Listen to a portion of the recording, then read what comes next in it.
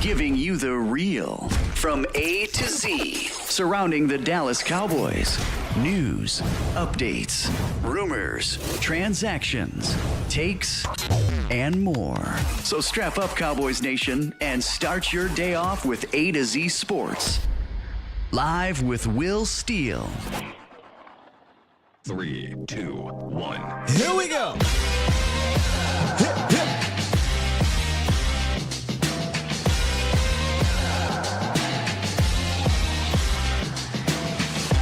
Good morning, good people.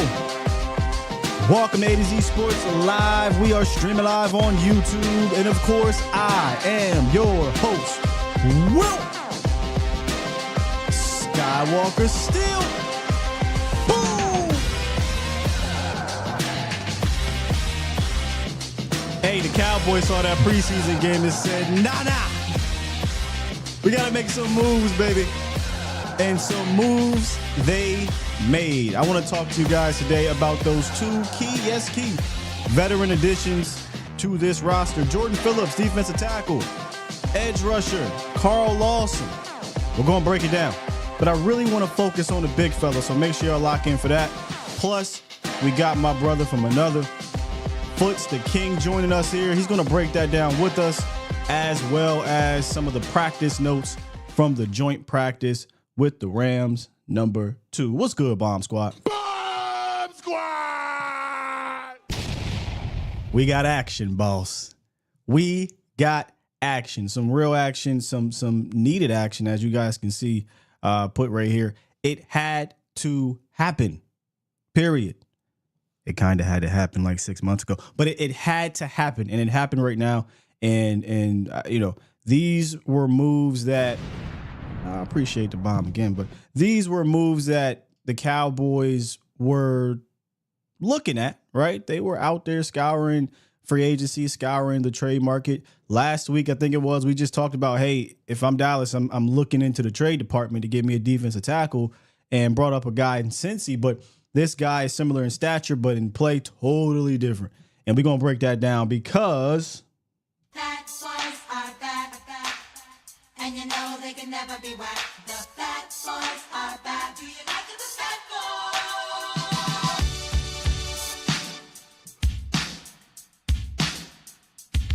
they back, baby. They back, baby.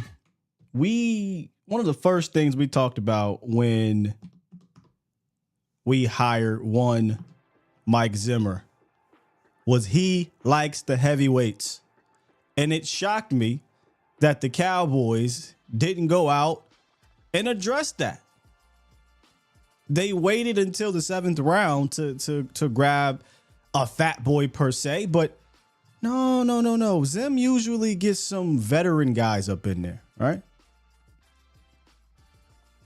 Linval Joseph's still out there, by the way, but if you go look at this roster, this resume, 329, 346, 320, 355, 320. He likes those fat boys. Fat boys are back. And with Jordan Phillips, he gets that guy. 6'6", 340-pound behemoth. Let's kind of give you guys the skinny, pun intended, on Jordan Phillips. So he is a 10-year veteran. He's played with 4 different teams. Miami, Buffalo, twice, Arizona, and the New York Giants, but for a cup of coffee, as Law would say. He was only there for a few months. Then the Cowboys went and traded for Jordan Phillips. They gave up a 2026 6th-round pick.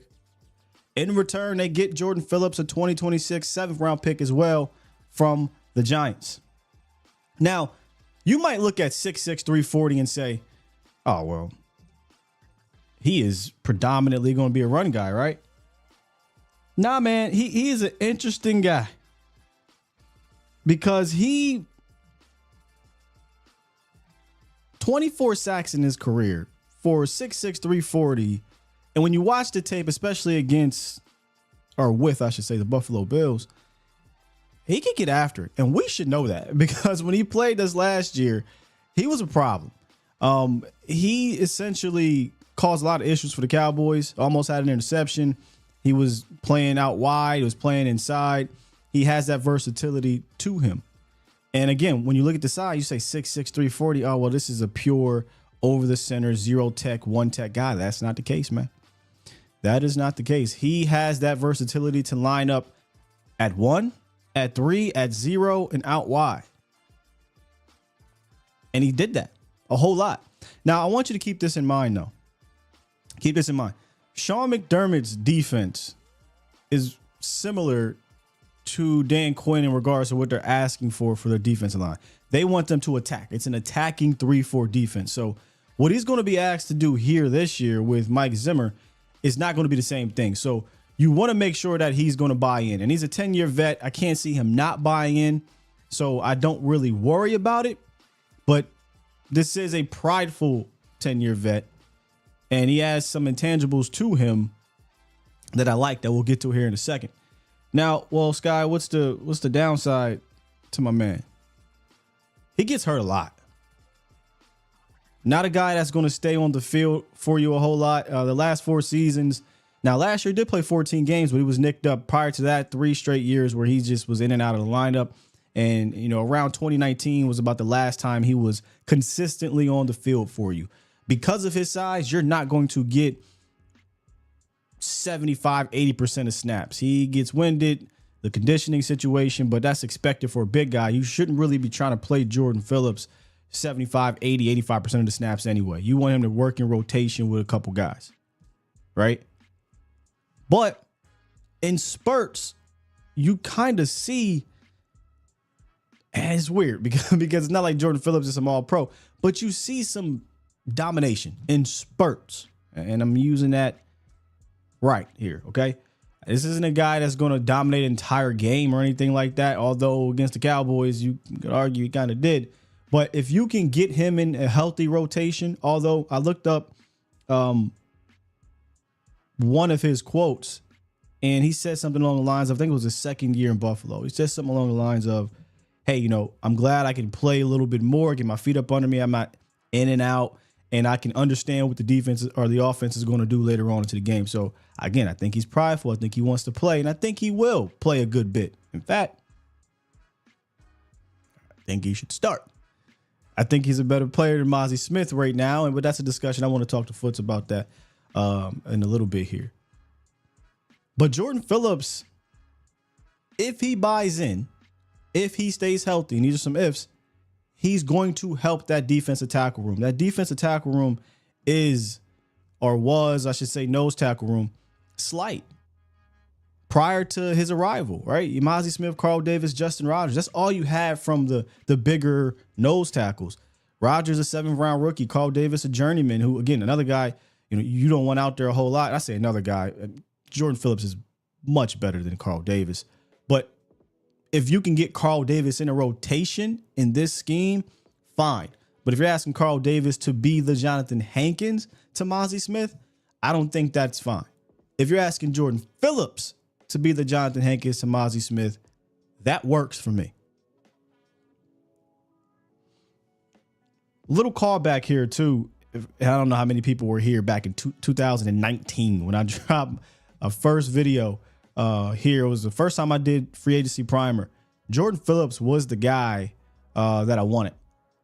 This, or 2020 is actually when it was, because this is when they hired McCarthy, they brought in Nolan, and they were talking about getting more size up front, and he was a free agent, and I was like, I want this cat. Now, this is 5 years now down the line. He's probably not the same guy, but I don't really need him to be the same guy. I just need Jordan Phillips to come in, buy into this system, right? Keep these linebackers clean. Take on these blocks. I would like to see him make plays in the backfield, right? He can do that against the run. If you go look at Jordan Phillips against the run, again, a different scheme, but you see him being strong and square, using his arm length, stack shedding, getting into the backfield. You know, we talk about Mozzie Smith's athleticism coming out of college. He was on the freaks list. Pause if necessary. But Jordan Phillips for 6'6", 340, I don't know what his testing was coming out. I can't remember. That was a long, long time ago. And I didn't bother to go look because we have NFL film. This cat is athletic for his size. So this isn't some sloppy 300. This isn't Michael Pierce. Look, Michael Pierce is a fine football player, but Michael Pierce is, what did he go, 6'1", 6'2", 360 pounds. He's not getting down the line. You know, he's going to take up, space, and he's definitely going to be a fine nose tackle for you. But Jordan Phillips has versatility because he's athletic. Now, with all that said, again, this isn't a Pro Bowl player. This isn't an all-world, all-pro player. He did have a Pro Bowl year in 2019 when he peaked, right? But I'm not asking him to do that. So quit asking. That's not what I'm asking him to do. But from time to time, I would like to see him do this. From time to time, I would like to see him sack the quarterback, which this is another thing to think about with Jordan Phillips. Because of that versatility, him being able to play 1-3-5-0, wherever you want him to go, he can play next to Mozzie. He can also spell Osa Odighizuwa. And I know that might sound crazy, right? Well, Osa's a smaller 3-tech, get upfield. Jordan Phillips can do those 3-tech type things. In fact, if you go look in Buffalo, I think he wanted to do that all the time. So you might have to rein that in a little bit and again, get him to buy in. Now, from an intangible standpoint, the dude is extremely intense. He's nasty, borderline dirty, but you need some of that. Now, you got to check some of it because you don't want to, 15-yard penalty over an unnecessary, ridiculous after the play type of situation, right? But you don't want him to lose all of that. You kind of lost a little bit of that psycho with Sam Williams. Well, you gain that times 10 with Jordan Phillips. Jordan Phillips is intense, a very intense player. And if you don't believe me, just go watch the Eagles-Bills game where they get into it a lot. And if you don't believe me, go watch the Bills-Cowboys game back in 2019 where they beat us on Thanksgiving. Or last year, whatever you want to do. Jordan Phillips, he's shown that he can be a nasty player out there. But again, we're talking in spurts here. We're not talking about a guy that's going to completely, in my opinion, come in and change the dynamics of your defense by himself. He's going to help do that as long as he is getting help, right? Very similar to Osa. Like, you can't ask Osa to play 85% of the snaps with no help. You cannot ask this man to be the sole savior at nose tackle. So it wouldn't shock me if they're done. If they're not done, I'm sorry. It wouldn't. Especially with these next two games. Because here's what I think happened. Well, Sky, why did it take so long? You know how stubborn these guys are. They love their young players. They love their bargain bin guys. They want to make sure, they want to see if they can hit. Even though history has shown that a guy like Carl Davis is not going to turn the needle and just turn it up all of a sudden out of nowhere and be a savior of sorts. History has shown you're asking a rookie from last year in Mozzie Smith, who lost a ton of weight, who's not putting on that same weight. He's going to be 310, 315, coming off a shoulder injury, new scheme, new coaching. You counting on that? You shouldn't. 7th round draft pick out of Auburn. You shouldn't be counting on that either. But they wanted to see. So we get to preseason. We get to some more practices, and they've seen. This isn't me being hard on these guys. Look, collectively, it's not a great unit. Individually, they can add something to the unit if there are better players. And that was my whole thing about this room. A lot of people are like, oh, man, just give the coaches a chance. And they know what they're doing. Coach Mike Zimmer came out the other day and said, we need help. This was his words. We need more noses, obviously. You think Mike Zimmer didn't go into the draft room or the draft process, didn't go into the free agent process and say, we need noses, obviously? Yes, 100% he did. They decided to go a different route, a cheaper route. And now Mike is like, look, are we done? Are we through? You had enough? Go get me some talent, okay? And it didn't stop with Jordan Phillips. They also added Carl Lawson. But before I go on with that, let's bring in my guy, my brother, Foots the King, to talk more about this. What's good with you, bro? Hey, Skywalker Still. Normally we talking around draft time. This is pretty cool to talk around training camp. What's going on, man? It's amazing. And And as this went on last night, and I hit you up this morning, I'm like, hey, we got action, boss. We got action, baby.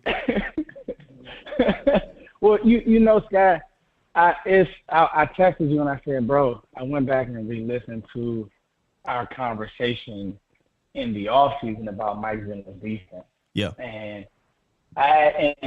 if I would challenge people to go listen to that show. If you get some time, it was an off-season show, so it was during the dead period. It was kind of slow. But if you get some time, I would really love for the fans to go listen to it, because kind of everything that we've said, and you laid it out eloquently, is one of my better performing videos. We're seeing it come to fruition. And so now, and you've already touched on it, but now with these next couple pieces, I'm really excited, Scott. I'm really excited. Yeah, I just was sitting here breaking down the Jordan Phillips edition. And I know you also broke it down as well. You dropped your video, by the way. Check that out. I'm going to go ahead and find it real quick and drop it in the chat for you as you kind of give your overall rundown on Jordan Phillips. But what do you see with the player, and why is this edition, I call it a key edition, why is it an important addition to you, Foots? Jordan Phillips, coming out of Oklahoma, just a massive human being. You look at the Giants roster, I don't know. So what I'm trying to figure out, Sky, maybe you may have some intel on what I try to get to before I drop the vid, but I want to make sure I got the content out, is what happened at Giants camp. Now, I know they love Nunes Roches. I know they love Dexter Lawrence. And like those guys, one of the things about Dexter Lawrence is like he's one of the more in-shape nose tackles that I've ever seen. It's incredible. Like he plays a lot of snaps. He's not one of these rotational guys. And so I don't know if that was do we really, or how do we see him getting on the field? And then you flip it to the Dallas Cowboys, and you look at his frame and what he could do and what he put on film last year. Now, last year he was a starter. So what he put on film just last year, I mean, just the Cowboys game, what he was able to do against guys like Tyler Biadasz. I went back to the Cincy game. Those are the two games that I watched the full game. And I saw some concerns, but I also saw some really good things. And now the framework is this, guy. He's not going to start here. He's going to come in. He's going to spell you. If there's an injury, if something goes on, if Mozzie's not getting it right, that's where his role will be. And I'm excited about that because I think that's a great role to have. I'll be honest, like, that's an amazing role to have. Can I interject on that? You said you don't think he's going to start here. And you're probably right? Like they're probably gonna give Mozzie Smith every chance to be that guy. But I think you can legitimately argue this is a better player. He's a better player than Mozzie Smith. And if you insert him into the lineup right now, I do think you improve at the position at this moment. But I do think you have to say, okay, yeah, maybe he starts, but that doesn't mean Mozzie doesn't play. I think you have to rotate those guys, a healthy rotation, because you're going to rotate defensive linemen anyway. But your thoughts on that? Do you kind of, I don't say dismiss it? You're not wrong, because so you watched the film from this weekend, and that one thing about it. Me and Sky had some good back and forth, and like that's why he really my bro. Because it's like what, Sky, you was right there. Oh no, I see what you were saying. So it's like our text thread, y'all will love it, because me and him really talk ball. Like we really talk ball. Like no fluff. Like some of this stuff, literally, we're watching so it's funny. Well, on the screen you have the Bills Cowboys game, and it's like we were texting about some of the stuff and the issues that we saw with the defense during that game. Yep. And everybody was off. He's like, nah, this defense is starting to look cute. I don't like it. But back to your point, guy, I'm not gonna push back on that. Like, why I'm not gonna push back on that? Because I don't think that Mozzie's there yet, and I want him to be. Like, I want Mozzie to be who he's supposed to be for the Cowboys. But I can't lie to the fans. I can't lie to my supporters. He's not. Like, and if you want to talk to other people who are close, and we all have had Brian brought us on, you've had him on. Like, the conditioning sucks. It can't be 2 good reps, 3 bad ones. Like, that's not good enough. And so you're not wrong, bro. Like, And I just don't know how else to say it, but like you're not wrong. And so that is very concerning. It's very concerning. And I can't sit right here and tell you that Jordan Phillips won't come in and play over centers and play better than Mozzie consistently because he's, number one, he's bigger. He has longer arms. He's literally a bigger body. At times, the pad level was, as he got gas, his pad level could have been better. But, I mean, he's 6'7". He's 6'7". Mozzie's not. Mozzie's 6'1", 6'2". He's a big dude, dog. Like, you watch him, you just watch him on tape, and he just pops out real easy. And again, maybe you echo the sentiment, but he's super athletic for 6'6", 340. But it's in spurts, right? Like we talk about Mozzie's get off. I ain't got to worry about that with Jordan Phillips. This guy has an extremely fast get off. We talk about Mozzie's motor. Sometimes Jordan Phillips, when he gets tired, that motor's gone. But when he is on, he is on. And this is why I think he brings something more to the table.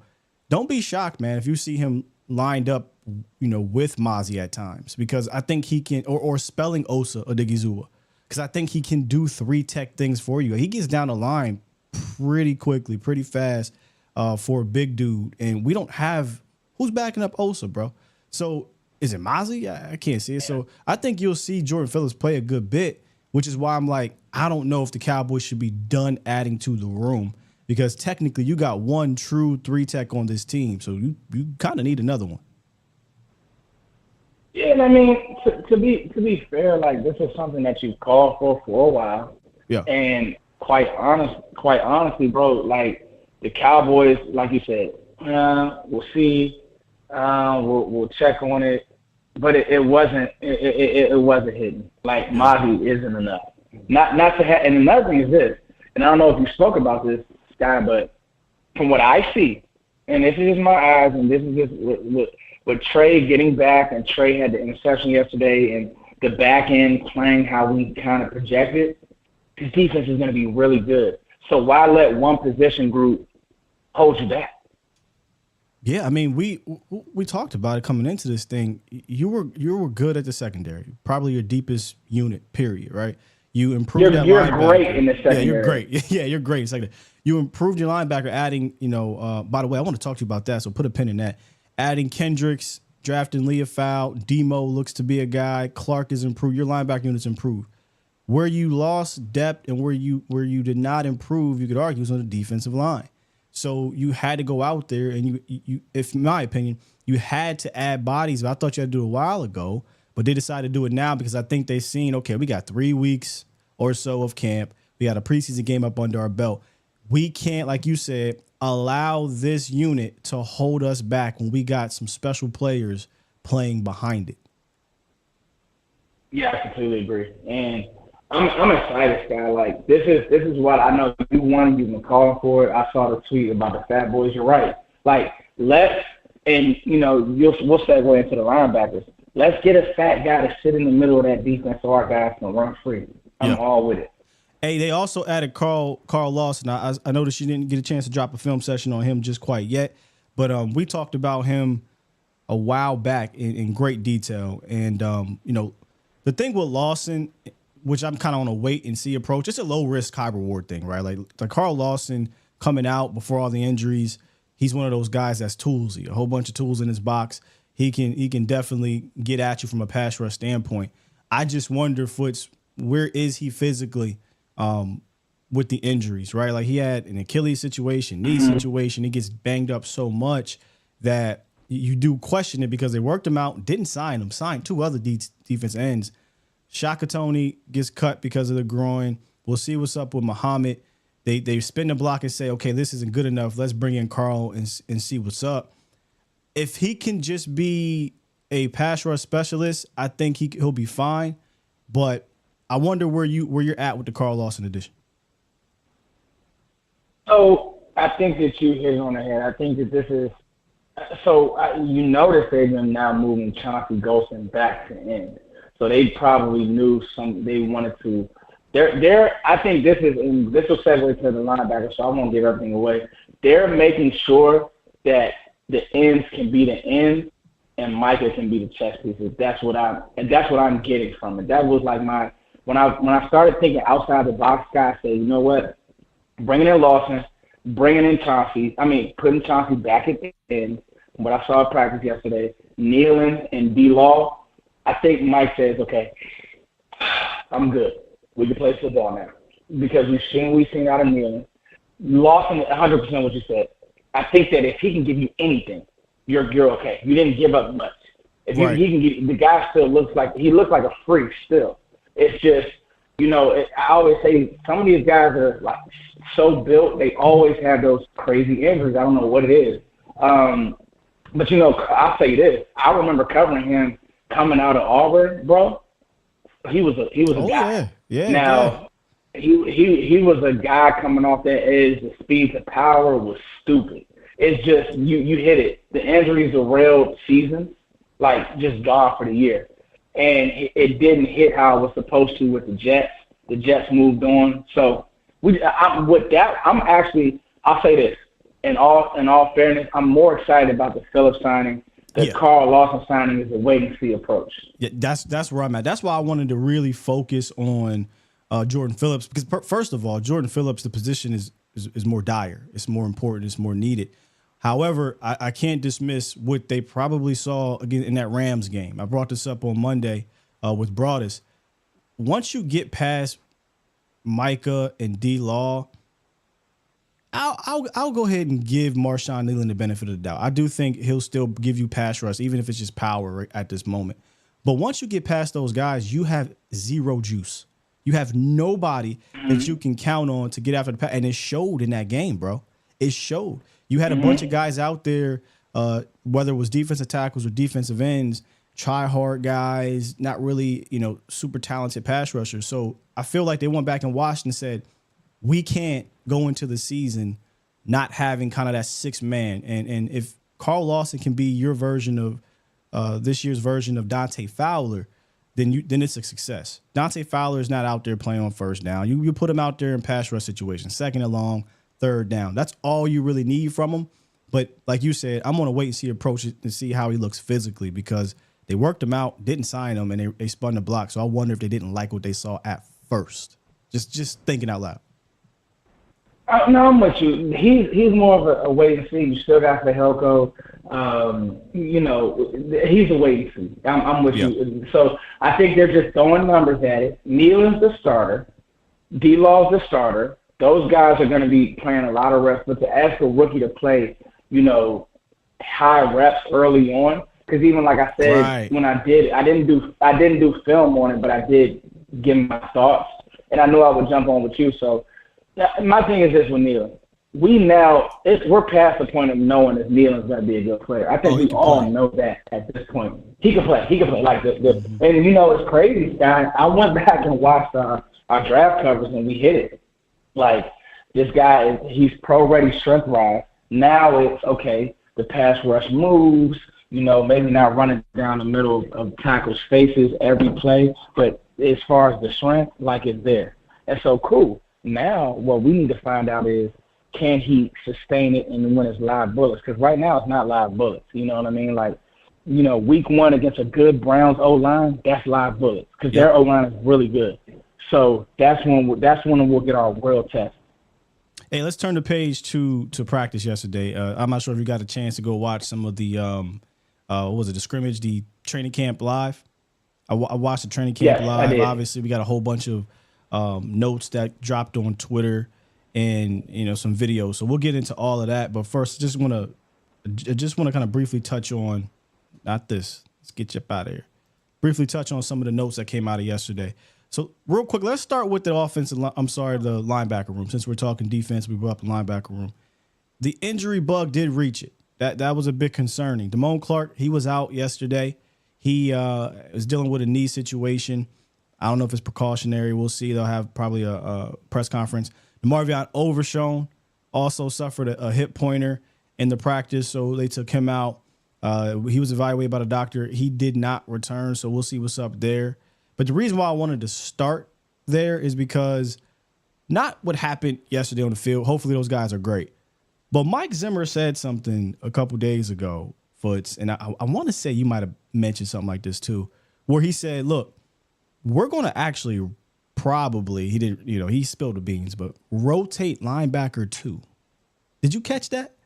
He said, we're going to rotate linebacker 2 based off of whatever the scheme is, whatever the design is, the opponent, etc. So he was like, yeah, we're going to have Kendricks and Demo, or Kendricks and Clark, or Kendricks and Leofau. And he kept saying, well, Kendricks is going to stay out there, but it'll be predicated on what we want to do with that. And I think that is so interesting and one of those maybe more modern ways of thinking for Zim, because he didn't do that in his previous stints. I think it goes back to flavors. It goes back to the games that we're playing, and it goes back to, the matchups. And I think that Zimmer is realizing with this team. So I said it, you said it. I don't think Zimmer's had this talent before, bro. Like, I just don't think that he's had this amount of talent. Even with, we see what Overshown can be. But we'll also see games where maybe, hey, we want to free up an Overshown. So let's put Leofau here. Let's mix and match. I think Kendrick will be the remaining piece at all times, right? Yes. But there'll be games where, hey, this team wants to get downhill. I want to have backers in that we can play a certain way. Hey, this team wants to spread us out. They're a little bit faster. Hey, maybe we can have some of that Dan Quinn rally to the ball, run to the ball type vibe. The interesting thing now, Scott, is what I know we're talking about the backers, but Scott, what the hell is going to happen with these safeties? Because I'm going to tell you, you got 4 dudes, man. Yes, you do. And I know that's something that you've been on as well, but bro, you talking about rotating the backers. How the hell do you keep Y.A. Thomas off the field? How do you keep Marquise Bell off this football field? Scott, you got to tell me. I'm listening because I don't know. Hey, bro, the vets got some pressure on them right now with Malik and Don. And I love it. I do too. I bet you what's happening right now is both of them are like, man, this is some BS, right? Like, we can't play in the preseason, so we can't really showcase, what we can do in this scheme. And all we can do is get excited about the young bucks that are out there playing. And immediately, we talked about this on the show when we did with me and you on your channel. Immediately when we brought in Zim, I'm like, oh, these safeties about to turn up. Wanye Thomas, it fits like a glove in this scheme, in my opinion. I actually think Dono can play the Harrison Smith role very well, but we're not going to see it in preseason, right? So I'll say this. Yes, we have an abundance of safeties right now. Yes, we love what we see from Bell and Wanye, but let's get into week 1, week 2, week 3 of the season, and I'm pretty sure we will see both Dono and Malik make some plays, and we can breathe a sigh of relief because some people are ready to kick them up out of here for the young bucks. And look, that may happen next year because of monies, but I feel like they're going to really be good under Zimmer. So I'm good. I know some people want to trade these guys. If I can get an upgrade, like a legitimate player for them or a legitimate great pick for one of these safeties, I'll listen. But other than that, I need all the depth in the 17-game season and hopefully 4 more games after that, right? 3 or 4 more games after that. So, yeah, a little bit of it is recency bias. Listen, Dono and Malik Hooker are fine. We said it. We were consistent, and I think the thing that people didn't kind of pay attention to was just how stagnant the looks were on the back end when it came to what Dan Quinn was doing. And so, if you keep guys in the same position, and you ask them to do the same thing all season, you're going to run into good OCs that aren't just going to let you mono teams. And that's what I mean by the talent. He got so lazy because our talent was so good. It's like, Michael, just go beat that left tackle all game. Just go rush. D-Law, just go. And it's like, well, what about actually scheming up what the offense is doing? And that's what I appreciate with Zimmer. You can just tell that he doesn't leave stones unturned. You can tell that he has to have it a certain way. You can tell that he's not out there trying to be buddies. You hear Micah say he doesn't really talk much. That's good. I like that. I'm not gonna tell y'all a bunch of times what I need. Ain't wearing J's like, yo, what J's you got on today? Like, nah, ain't none of that shit. He old school. You gonna do it or you getting out of there? I wouldn't be surprised, like you said. I mean, going back to earlier in our conversation, like, hey, guess what? Hey, Mike, you're not playing good this game. We're going with somebody else. Yeah. Get your stuff together. You'll play next game. Like, that does something to players. you got to put that in even with the safeties. Hey, you got to see what's going on. We're going to play the best player. So I know we're talking about the backers. And I honestly, Scott, I told somebody this. I said, you know, people were comparing us to Washington because they signed all these, and I'm in D.C., so, you know, they signed all these free agents. By the end of the year, I guarantee the Cowboys linebacker room will be better because, number one, now Damone Clark is where he's supposed to be. He's not a Mike Backer. You know, Luafau will be used how he's supposed to be used. Demo will be used how he's – so you've got guys and they're playing the position the right way. You won't have Marquise Bell in the box. These guys will be used how they're supposed to be used. And that's refreshing. It's interesting you brought up Bell because Zim was impressed with how he did play around the box, and he kind of attributed to him being a backer, last year. But Bell put on some amazing tape in that game in the box, back deep, wherever. And I was excited to see how he would transition to safety, full time, especially in coverage in a scheme that's going to allow him to showcase some of that coverage ability. And again, I haven't heard or saw anything that has me concerned about either four of these safeties from a coverage standpoint. I know Dono, that was a big talk of town, but again, we talked about this. They're just going to ask them to play halves and ask them to use their heads, right? FBI, football intelligence, and these guys are smart guys. I completely agree. And now, with Hooker, this is what he did at Ohio State. So this scheme is tailor-made for one, it's tailor-made for Hooker. Like, he was a roof guy. And if you're giving him half and certain things like that, I mean, I remember him coming out of Ohio State, before the injury and all that, when he got to the Colts, this guy can do it. So I'm not, it's like you said, I kind of want fans, even though we are very excited about Bell and Wanye, Dono and Hooker are just as good. So it's just going to be interesting to see. Yeah. See it all come together. Hey, Diggs came back, and he got, he was in team drill yesterday for the first time. And then for the first time, he got a pick. I said this on Twitter. I'm like, I know that first one had to feel so good for Trey because a lot of coming back from an injury like that is the mental aspect of it, getting over the hump of certain little milestones. All right, I'm running now, right? I'm able to cut now. I have the confidence. And he spoke after practice, Foots. He was like, yeah, if mentally I'm good. Now, maybe he's talking himself up, but he kept bringing up how from the mental aspect he's good. And I harken back to Gallup. And Gallup was like, nah, mentally, I'm still working at it. So these two dudes are built differently. And that's why I had cautious optimism in regards to Diggs coming back better than any of these guys from the ACL injury, because he's just different. This is an all-pro we're talking about. This is a dog we're talking about. This is a guy that plays the game with his FBI, football intelligence anyway. He just needs to come back physically. And he said he's back physically. He says he's back mentally. Maybe it's not going to take as long for him to get going. And yesterday he got that pick. Oh, with Trey, I think that pick probably did more for him because that's his game.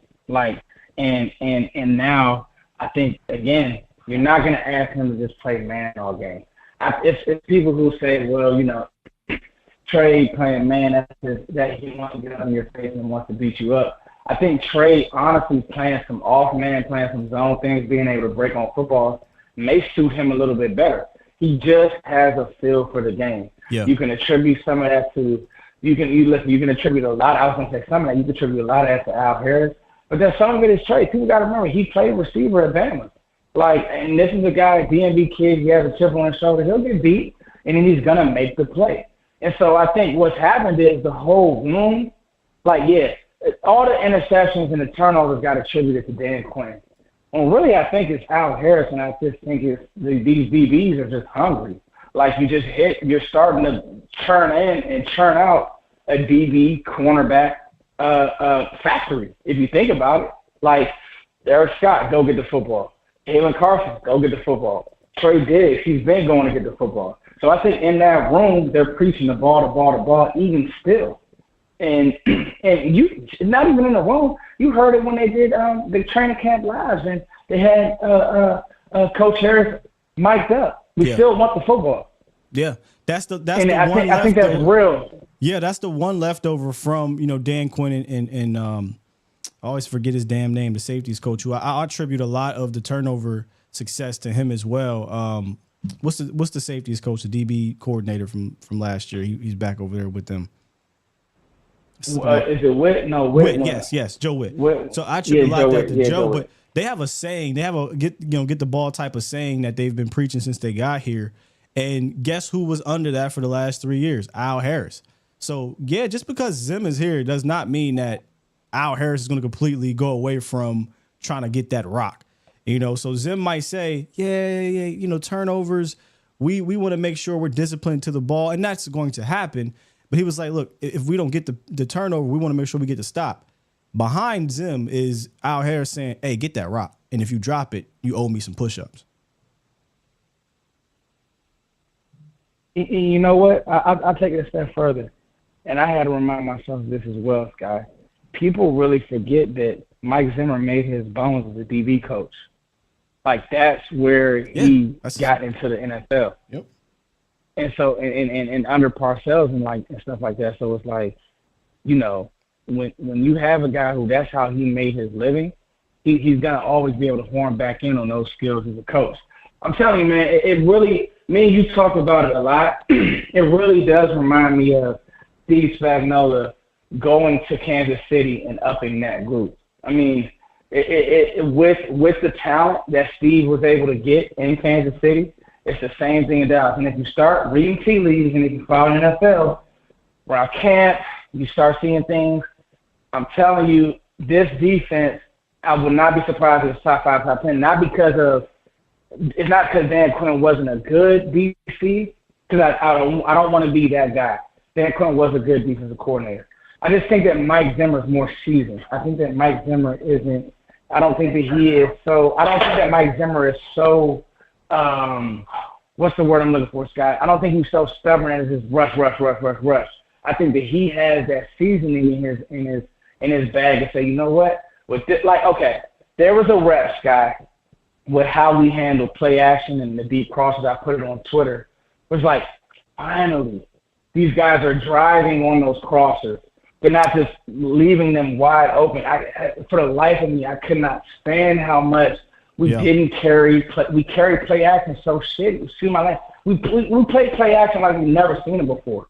Whenever we played anybody from that McVay, Shanahan tree, it's like we've never seen a crosser or over, none of it. It just was mind-boggling to me. You'll hear Zimmer talk a lot about passing guys off, and you saw that in the Rams game, and that's extremely important when you're going to play against that type of scheme where you're going to get deep crossers, shallow crossers. If you don't pass it off, if you don't communicate right, your linebackers are very important in that. You're going to give up big plays, and you saw it. I think you might have saw it in the interception with Julius Wood, where they were passing off some guys and understanding, when these routes were breaking in and jumping to the ball. So, yeah, I'm excited for Zimmer's coverage scheme as well, because that back half has everything you need. It has the green dot, high football IQ, talented player in Kendricks being able to center everything. And then you've got a whole bunch of talent in that secondary in regards to your starters and even some depth with the safeties. No, I completely agree. And I'll say this, and I want to ask you, and me and you to pat our back on one more topic before I get off your phone, because I know people want to get in here, Scott. But I'm gonna say this. I'm gonna go out on a limb and say this defense will be top 7 this year, and the turnovers will go down, but the run defense will be better, and I think we'll be a better red zone defense as well. I don't know our splits on our red zone defense, but I do think that I don't know if we'll have as many turnovers or sacks. But I think defensive number-wise, I think we'll be top 7 this year, Scott. Yeah, it's top 7. For me, the way I'm going into it with this year about it is not necessarily a holistic number. I do have some pillars on defense. You want to be, top end, right? Turnovers is a great one, but it varies with turnovers. But red zone defense, yards per carry against the run, right? Third down defense is huge, and obviously scoring defense. Like, though, if we're top 10 in those categories, we cooking now, right? But at the end of the day, bro, I just want this defense to be better in the situations that they're called for to be better in. I know that sounds simple as hell, but when the Cowboys needed the defense to stop a nosebleed, needed the defense to win the ball game because it's a low scoring game. Hey, we're in Buffalo. It's tight. It's ugly. Didn't happen. Hey, we're in Miami. I just need you to get one stop. We just went down and scored it. Didn't happen. Hey, we're in the playoffs. Our offense started off slow. So did y'all. But guess what? The offense is starting to heat up. Need y'all to get me some stops. Didn't happen. So end of the day, I just need them in those moments to be better than the Cowboys were previously. I completely agree. How about this? Guy? How about your defense can win you a game every once in a while? Right. How about Dak doesn't have to go back down fourth? Yeah. How about he doesn't have to outscore Green Bay? Again, I know people. How do you feel about Dak? It's fine. I mean, how do you feel about him? I'm fair. I tried my hardest to be fair when I'm watching. There was not one point where I thought Dallas would get a stop versus Green Bay. So unless Dak was going to score 50 points that day, there was not at one point that I thought that they were going to stop Jordan Love and that Green Bay offense. Not one. So that's just how I feel. Hey, Foots, appreciate you jumping on here with me, man. I know you got to get back to work. But, man, good talk. We'll be rapping some more. We'll be rapping some more after this show because I want to talk to you, more about these players behind the scenes. Okay, last one of those guys. Oh, go ahead. My bad. Cooper, freaking – no. Oh, You're fine. You're fine. See, my bad. I thought you had to get out of here. Yes, I wanted to talk to you about Cooper Beebe and Tyler Guyton, please. So no, I'm good, Scott. We're here. This is okay. Because I don't want to eat up the airlines, but I want to say this. This is not even a guy because I remember draft night. Me and Vash had our back and forth, but you said you would stay patient, so you're fine. But I'm gonna say this about Cooper. Did you see that kid, Scott? Oh my God, bro. Yeah, like. They saw it too. You know when you just like, man. They saw it 2 Foots because all camp, hey, Brock Hoffman, that's our guy. If he can't do it, no one can. And then the first game, it was like, you know what? Cooper Beebe's earned some first team reps. I don't think he's going to give his thing back, dog. Hey, Scott. Mike is a funny dude, right? So Mike actually brought up, so you know how they normally ask, like, hey, who's with the starters, who's with this. Mike brought up the fact that Cooper was going to get first-team reps, a.k.a., bro, all the bad snap and all the Mike Solari love Hoffman. No. It's Mike McCarthy, and now I want to hear your thoughts on this. I truthfully believe that he tried to give Solari a chance. Bro, I saw Hoffman's film. It was one play he couldn't even get to the backer. I'm like, wait a minute. I'm not crazy. It was one play where he's a nice player, right? Good depth piece.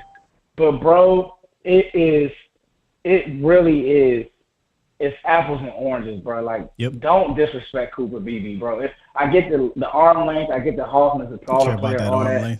But it's not even close, movement and strength-wise. Don't play with him, please. All he had to do was get snaps down. Get snaps down and obviously get into preseason and put some tape out there. But I feel like the only reason why, Solari wanted to roll with him, Solari's old school. Solari wants a guy who knows the position, can call out the plays, set the protections, and snap the rock, right? Like, that's basic stuff. I think Solari was probably a bit annoyed, like, man, we're going to ask this guy to play a position he never played in a year where our jobs is on the line. Nah. And then preseason happened, and I don't know if it was the O-line room, Mike McCarthy, or whomever it was like, what do you want me to do here, bro? Do you want to be better when we have to run the ball? Do you want to be stronger at the center of the pocket? Or do you just want to kind of go along with the same thing you kind of been dealing with for the last few years? What do you want? I will take the risk of Cooper Beebe going through his ups and downs to be rewarded with a better possible power run game, with better protection up front. When Dak is dropping back, he's going to have a clean pocket to step up. I will take the risk of a potential, screw up from time to time from the rookie. I look at it as this could be kind of an Andre Garrard situation. When they moved to Garrard to center, he had his little issues, but Garrard was a Pro Bowl center for quite some time. He was. You said it best. I mean, I'm going to hang up on this. No, don't hang up yet. I want to talk to you about Guyton. Don't hang up yet. Okay. Cooper Beebe, I'm not joking when I say this because of how low. This is the thing about Kelsey. I'm not saying that he's going to be Kelsey, but he's so low to the ground. We were talking about this in our chat. It's an advantage, bro. Like, if you don't play with perfect pad level on that guy, like, he got you. And his feet are better than I even expected in space. I was very impressed, bro. Like, I think people are impressed with Guyton. I think that I have them on the same level of impressed. That's why it really bothered me, but I got to remind myself, let me just stop. It bothered me that people were like, oh, man, I love him at center, but at guard, I'm like, well, hold on, time out. Have you even watched the film at center? Like, he looks fine. He looks beyond fine at center. So, anyway, I'm glad that we saw eye to eye on that guy. Because the one thing I want to see him improve on these next 2 games, and I do think he needs to play both games so that we can kind of get these kinks out, is when he's help guy and he has to kind of find work, he will find work and he will dirt you, but you can kind of see him be a little uncomfortable. And a couple times the Rams kind of got him on some stunts, but I think that's just going to take him seeing that a little bit more. Now, he got some of those stunts very well when they were in a booth, but when he had a ton of space, nobody was lined up over him, and he's looking and he's sifting, that's where he got big trouble. But here's why I think he got in trouble, Foots. He didn't have a Tyler Smith or a Zach Martin next to him. When you got Tyler Smith or Zach Martin next to you, Tyler Smith or Zach will tell you, hey, I don't need help on this guy. You're good. Zach will tell you, hey, make sure you help out the Tyler over there because they got the numbers or whatever, right? So once the season starts, I think that will be eliminated. No, yeah, I think that's a good point. When he has those forefronts and he doesn't have, an eye front somebody straight over, I agree. Like, make sure he finds work faster. And again, like you said, new position. Right. It's going to take time. Yeah. But I'm cool. I'm cool for sure. Hey, Tyler Guyton versus Jared Verse yesterday was a heavyweight fight, man. And there was something about Guyton that I love to see. And it had nothing really to do with the actual play. Because look, Verse got him a few times and Guyton got him a few times. That's a heavyweight battle. But there was a rep in one-on-ones where he buries Jared Verse and Verse gets up talking and Guyton is in his face. You didn't see a whole lot of that on film at Oklahoma. And one thing I had worried about with Guyton, I said, you don't see the ass whoop, in my opinion, on film. But when he gets here and you're next to Tyler freaking Smith and you got Terence Steele over there, Cooper Beebe's in the room, Zach Martin, you're going to adopt ass whoop. And I feel like that play, and it seems like nothing, but just that play and that demeanor, if he has that already, look the hell out. Well, I'll say this. You know how I feel about Guyton, and I'll say this. It really does seem like he has embodied the Cowboy left tackle mentality. Like, he takes it the serious. Standard in the room. He walks. He walks with it. I think he knows the shoes. And some guys will run from that. He hasn't ran at all. He's got to working with Duke. And I want to say this. I'm thankful for Duke, but also I want people to make sure they give the kid credit for going and get to work. Because it's both. It's a twofold. Because we see a lot of guys. I was watching some Trevor Penny film, and I remember Trevor Penny was a player that I said, man, Micah, he'll be playing in that day. Field day. And it's only because that was his movement, man. Wow. But I say this guy, like, he's embodied being a Cowboys lineman. He's gonna have some warts, like some of the stuff we saw on film. Verse got him with an inside move. Verse is a good player. Verse is gonna, it was crazy. You see his power versus Austin Richards, who I think Austin Richards is having a great camp stack. But I saw one rep where, like, Jared Verse lifted Austin Richards off his feet. This was last week. Yeah, the strength is still an issue for Awesome. Richards. Yeah. It's a big issue. If you're dealing with speed power, that ain't happening to Tyler Guyton. I'm gonna tell you that now. You're not lifting 6'8" off his feet, his frame, his length. So I think, and another thing is Mike is showing you all also that, listen, he gonna have help. He gonna get chips. He gonna get what he needs to ease him into this position. We're not just gonna drop back 40 times, 5 wide and just let them. So the Cowboys are going about it right. Tyler Guyton is going about it right. He's developing the right way. And like you said, the mindset. Like, bro, I know you got to deal with me too. It wasn't enough of that. I'm gonna tell you this: with him and BB, we said it, but to see it, instant upgrade. I was watching I'm watching the film with Biotis Sky. I'm like, man, we couldn't run the ball. He doesn't move anymore. I feel great, bro. I feel great about both players. I really, really do. Yeah, I think I'll give it, I think by like week 8 to 10, they'll be in a good enough groove to where we'll be able to stamp and say, adamantly, this is what this line is, not what it could be. Because the talent is there, the upside is there, and especially if you get Terence back, healthy, right? Like if Terence comes back and he's Terence, Zach, Cooper, Tyler, and Tyler, that you got some youth now, excuse me. And one more thing on Tyler Guyton that I saw in that game and in general is, again, that thump, a little bit more ass whoop. He didn't have that. I didn't see that consistently. And if he can get that, he can be better than Tyron Smith in the run game. And now your whole run game is improved. Now you just got to worry about the how. And that's something we just got to wait and see. I'll say this. Beyond football, got 1K people watching.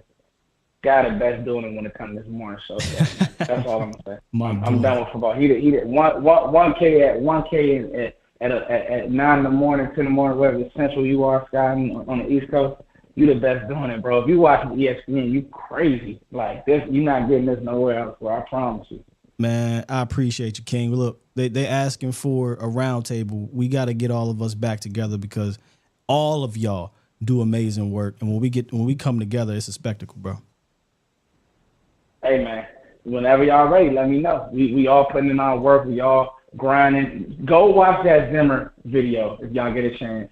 It was really cool to see all this stuff coming to fruition. It was just a picture of us.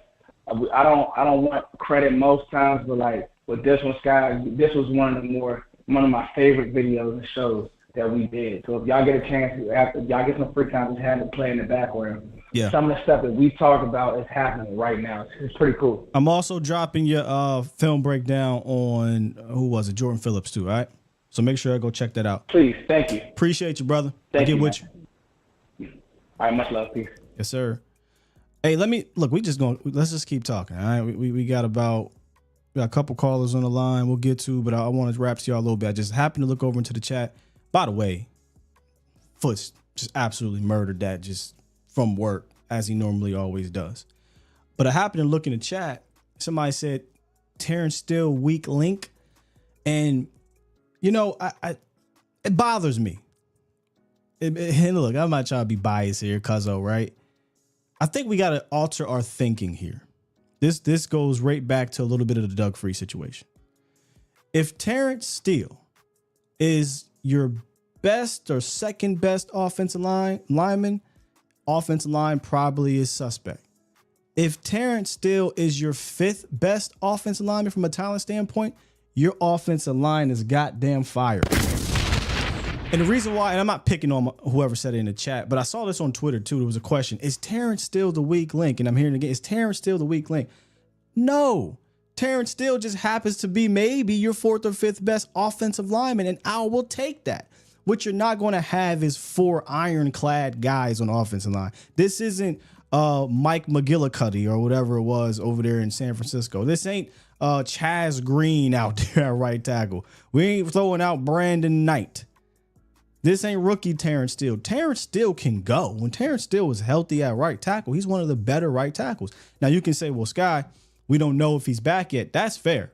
But if healthy, I don't look at him as a weak person on the line. I look at him as, damn it, if Guyton is a first round talent and BB's at that type of talent and Tyler's an all-pro, he just happens to fall fifth because you only got 5 guys.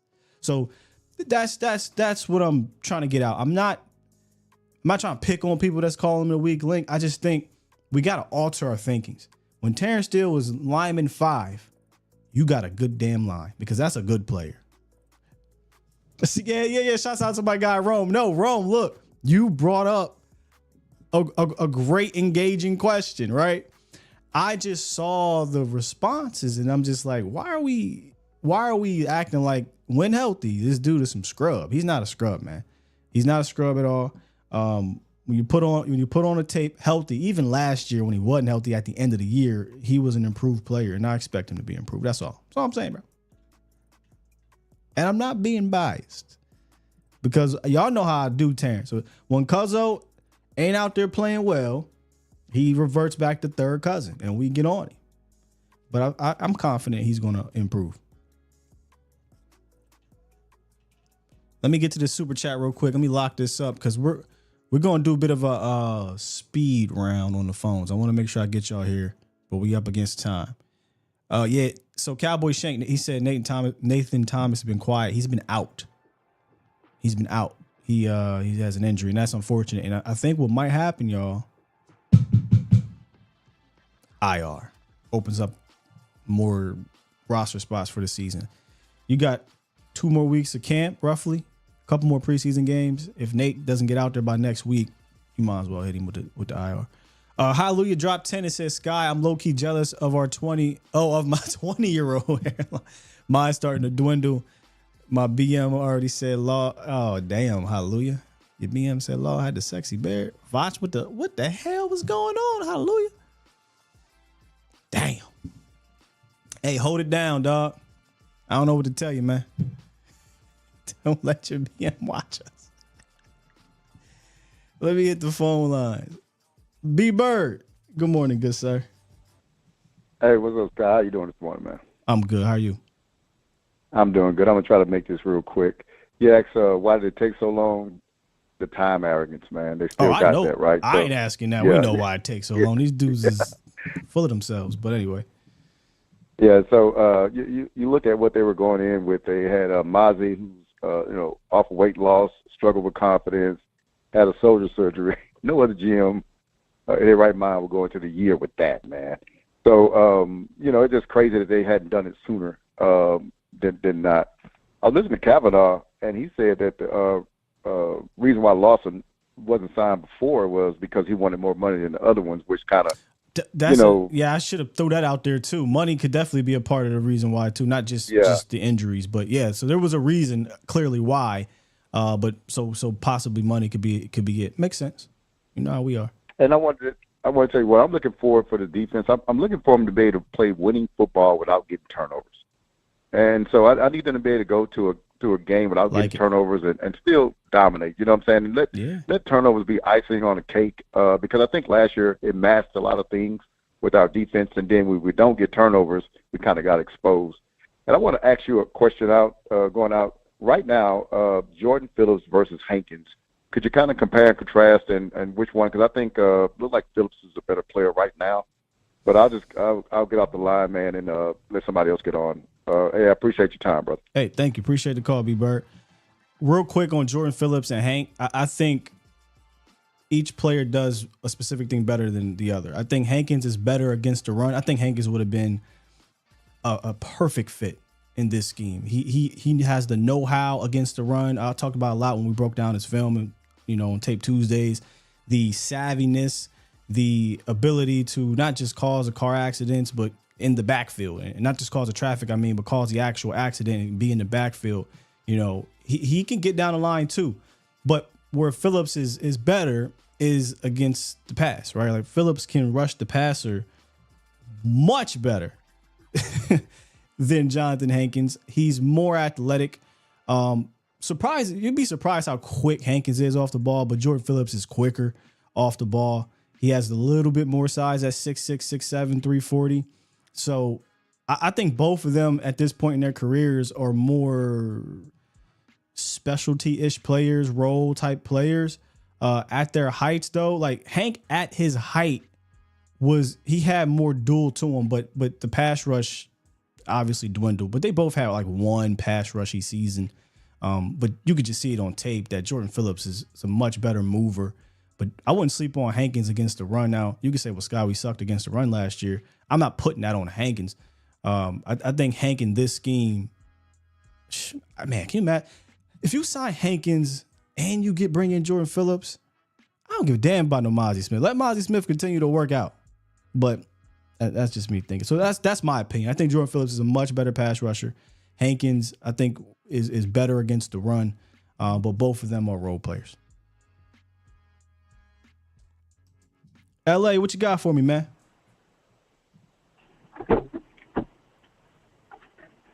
Don't cut me off. All right. I was stepping outside the car, man. All good. Congratulations, man, on running the best morning show in Cowboy land, sir. Well, thank you, good sir. I set out to have one of the best, and I think because of you guys, we are absolutely getting there. So appreciate you, big dog. You've got the old school momentum rolling, sir. So What's on your mind? with this, man, we got some A gap help. And 56 looks like he's going to be the A gap helper that we needed on the offensive line, and we got some A gap help On defense, yeah. right.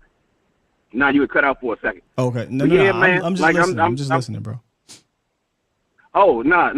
So Lawson, very, very solid pick. I love the dude coming out of even though he's older now, but Right. it makes you feel good when the dudes that you saw that did okay. He's not a bum by any stretch of the imagination. He's been good enough to see the field and get paid get contracts at a couple of different spots. We don't need the dude to come in and get 10, 12 sacks, but that's not far off. I kind of think he's an upgrade over Dante Fowler. Oh, yeah, from a pass rush standpoint, speak. yeah, I think he's a better pass rusher. Yeah. Oh, whoa, you mean you said Fowler? I'm thinking of DA. I actually think Nah, yeah. I think he's the Fowler version of this for this scheme, but Fowler can get after the passer, Right. brother. I mean, like he can get after the passer, but He yeah, can, they're but comparable. that's They're comparable. all he could do.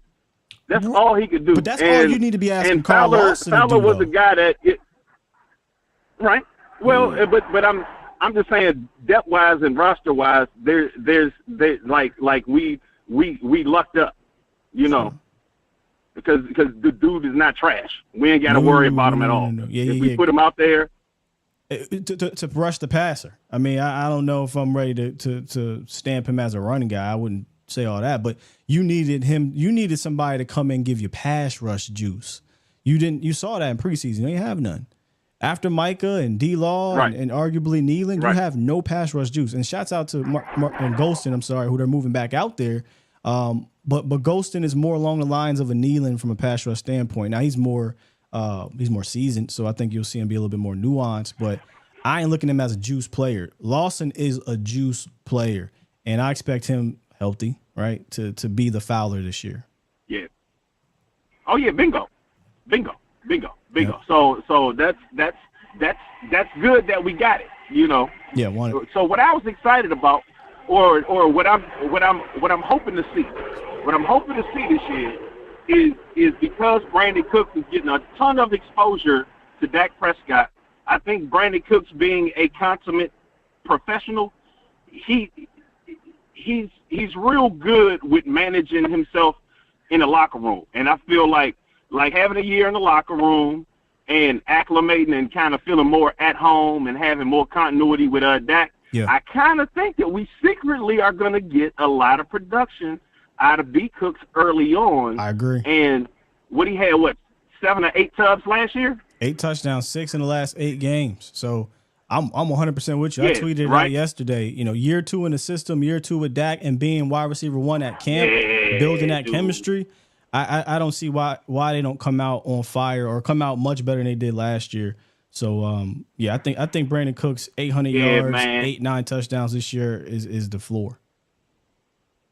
Brandon Cooks about to be a solid-ass jab force, and he wasn't that force last year. Up until later on in the year. Yeah, middle of the year, it took a while, but I wouldn't sleep. He was in my opinion, he was one of our most clutch performers on the team, and he was a red zone problem for teams. So Cooks is going to be fine. It's the other guys around Lamb and Cooks that we're going to have to see step up. Yeah, man. So I'm looking forward to seeing him keep on growing. Keep on right? on. But I'm just real ecstatic that we got the A gap taken care of, man. I'm you were big really on that. feeling good about A gap Zeke. A gap Zeke, man, and 56 about to be a nice little combo, because we're gonna be able to close out games. Indeed. And a lot of the comparisons that you guys have been making Kelsey, what we need to really love about BD is that he's always been the best offensive lineman on whatever team he's been on. So I think he played center first at Kansas State because they needed him there. Then he moved out to tackle. Then he moved into like they would move him to wherever he needed to be. But his play style is putting people on the ground. That's just the way that he plays. So he doesn't, just like you guys had alluded to, he never needed to learn how to be physical. So again, him growing in reps, he's able to translate his body, his game to the NFL game because his little ass built like a fucking woodchuck. Dog, he's a fire hydrant. He's a fire hydrant with arms and legs. That's what he is, dog. Yeah, man, he's the perfect center, and he's with the Kelsey stuff, he's real good about getting the angles, and because he's so low to the ground, like he takes great angles, and he got so much power within his hips. He can dirt dudes, man. We're gonna be able to finish drives and close out games. Man, it's gonna be a lot better season this year. Looking forward to it. And God, man, we're lucky to have an athletic dude at 6'8", 320. That's Facts. coachable. That's amazing. Appreciate you, LA. Let me get to the next caller, big dog. Hey, man, God bless you, bro. Yes, sir. Hey, these next two, and I know, look, 100 grand and Marv can go, but you got to get in and get out. What's good with you, 100 grand? I got you, Appreciate it. man. I'm just, I'm just excited, man. You know what I mean? We doing what we supposed to do. I know number 11 is ecstatic right now.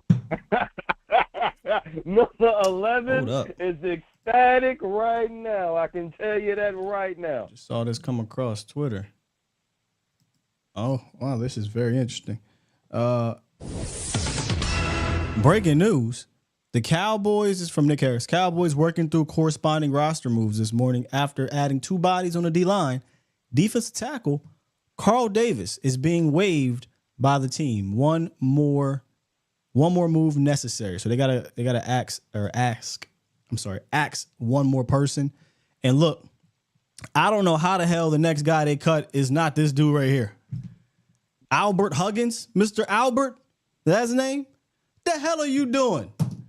Pushing my guy yesterday from the Rams for absolutely no reason at all. And then saying, my bad, I didn't mean to do it. You clearly meant to do it. How the hell is this man still on the team and not Carl Davis, who put good tape out there against the Rams? So that's a little mind-boggling to me, but he should be next. He should be. Yeah, that was crazy. That was crazy. You don't do that. Nah, man, that's stupid stuff. You don't do that. That's not professional. You don't do that. You don't do that at all. That was ridiculous. That is an interesting move. Getting rid of Dave. Well, we go look at the nose tackles. Rodgers, was it Rodgers? Yeah, Rodgers put on decent tape as well. Where you at? Why my nose tackles ain't popping up? Rodgers put on decent tape in that game too. So maybe they're like, hey, Justin Rodgers, we're impressed with you. You'll be that next guy up. But I am a little bit surprised they moved on from Carl Davis, given it's still a thin room. Cowboys do what Cowboys do, man. Who knows why? But again, that's not going to take my excitement away from what they did. And Mike said they were looking at 3. Mike said they were looking at 3 DTs. As they should, because they need backup 3 techs. One of them said, I don't know if he said not right now or he wasn't ready right now or whatever. It was a DT that one of Mike's guys, Mike Zimmer's guys, and they might go back to that. Linval Joseph, maybe? Maybe they bring in Joseph, possibly, yeah. Yeah. So be on the lookout, man. He might be coming, man. We need so I'm excited. I know Mike is excited. This whole defense now. This defense can be what Mike Zimmer wants it to be because we got the DTs to make it happen now. Facts. So the defense is going to be exciting. Well, defense is going to be exciting because now we can switch guys out. We don't need one DT to be the end-all, be-all. We can switch guys out, and everybody can stay rested, and we're still working. have number 11 do We're what he still do. working. I don't think we're there just yet in regards to being just switch dudes out. I mean, Albert Huggins, who's back up 3 tech, like Mozzie, we still waiting on. So this is good. This is good movement. I think they need to add at least one more person, and I think that has to be a legitimate 3 tech on this team.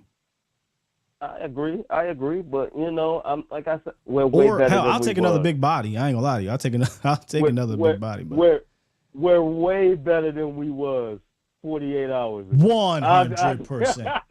Yeah, 100%. That's what I'm getting at. Yeah. We're way better than we was 48 hours ago. I agree with that. I'm not saying we A1 and we're amazing. I'm not saying that. I'm just saying we way better than we was. And we way better than we was last year. I can say we're way better than we was on stopping the run than we were last year. No, I think so. I think we'll be better. I think we'll be better just because the linebackers and Mike Zimmer is going to emphasize it. Now, if you upgrade the defensive tackles, then now we're talking about not just being better, because better means you're 18th, 19th, 20th. But if you upgrade the defensive tackles, then you can be viable and you can be. I don't use the word dominant, but let's say this: top 10, 7, creeping up front there, 7, maybe. Creeping. Top 10 front. I don't know. I gotta go look at the rest of the league. But I'm just talking about rush defense. Like if you can continue to upgrade the defensive tackle situation, then your rush defense will improve. Yeah. And Diggs getting picks. Diggs right back where we left off. I gotta let you go, 100 grand. Yeah, we're getting up against it, man, and I got to get Marv up in here and let him get going. Before I get you, Marv, I saw some of y'all in here talking about it. How the hell is Josh Ball still on here, but they getting rid of Carl Davis? Did you see Josh Ball at left tackle yesterday, Cowboys Nation? Oh, my goodness. Anyway, what's good with you, Marv? What up, brother? How you doing? I'm good, man. What's on your mind? Just tell me what's on your mind right now so we can get it in and get it out. Oh, no, this the guy you said last year. You yes, put him on the screen, and you put number 92 on the screen from New England Patriots. I remember that. Got y'all, yep. These are 2 guys you was talking about. Either one, we just did. That's perfect. Now, Big Carr is playing okay, but I think, like I was telling you, you kept saying, that Lindsey Joseph is coming next for real. I'm telling y'all. Right I'll take I'm gonna keep it a bean. I will take a rotation of, Mozzie, Phillips, Joseph as my heavies this season, because you can't probably rely on either one of them full time. But if they're all splitting the reps 33% apiece, during the game, now they're all healthy and hopefully healthy. Yeah, and then just get me somebody to back up. Maybe Phillips could be that back because he could play some 3. Back up Osa, and we cooking now. He plays 3 too. Yeah, he can play some. And 3. Rodgers put himself in that too. Right, and Rodgers is more. He'll play more obviously in the nose and 1 tech. But yeah. You put them guys next to each other, you're not moving. Them linebackers finna eat. Right. Remember you said them linebackers gonna have a lot of sacks. Your boyfriend, they're gonna blitz. Pro number 11. Number 11 going crazy, man. Oh my God. Yeah. Y'all just created if any Philadelphia fans on here, you guys are in trouble. Trouble. You guys in trouble. Know about that. Trouble. Y'all finna get destroyed. You ain't gonna be able to throw on us. You're not gonna be able to run on us. You gonna get beat like we beat y'all down 30-10 in the last game. We finna kill y'all, man. Y'all in trouble. And I know you. And watch, they're going to come on your line. Y'all got, no. Ooh, y'all did the Philly same fans? thing, too. Philly fans, they can go ahead. The Philly fans, they old. Nope. They not old, bro. They not old. Indeed. Y'all finna get destroyed. Hey, Mar, let me get to these super chats, though, but appreciate you calling in this morning, fam. All right, y'all. Good show. How about them Cowboys? Let's go. How about them? Let me make sure I get y'all supers before I get up out of here. Super chat. We got a good bit of them today. Robert Banford dropped 10 and said, I have a way to help improve the draft process. What would it take to get your what would it take to get your email, your draft process? What would it take to get said that like 2-3 times? My email skywalkerstill@gmail. So if you want to reach out, Robert, not sure what you mean by improve the draft process, but I'm all ears, dog. skywalkerstill@gmail.com. Hallelujah dropped 10. I think I read that one though. Super chat. Yes, I did read that one. Forever Runway Fashion Line dropped 2. Super chat. Said don't need a dude to come in here to get 10 to